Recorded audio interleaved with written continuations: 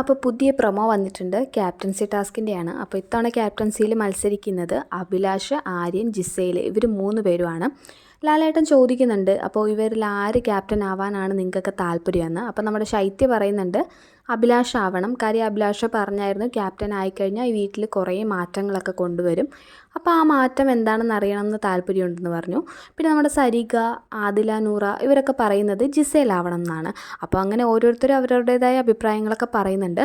അപ്പോൾ ഇവർ ടാസ്ക് എന്ന് പറയുന്നത് ഇവരെന്തോ സൈക്കിൾ യജ്ഞം എന്നാണ് പറയുന്നത് അതിനകത്ത്. അതായത് 3 പേരും സൈക്കിളിൽ കയറി ഇരുന്ന് സൈക്കിൾ ചവിട്ടുന്നത് കാണിക്കുന്നുണ്ട്.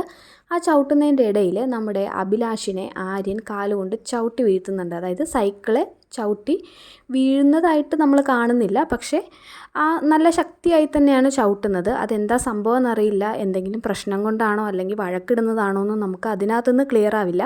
അത് നമ്മൾ എന്തായാലും എപ്പിസോഡ് കണ്ട് തന്നെ മനസ്സിലാക്കേണ്ടതാണ്.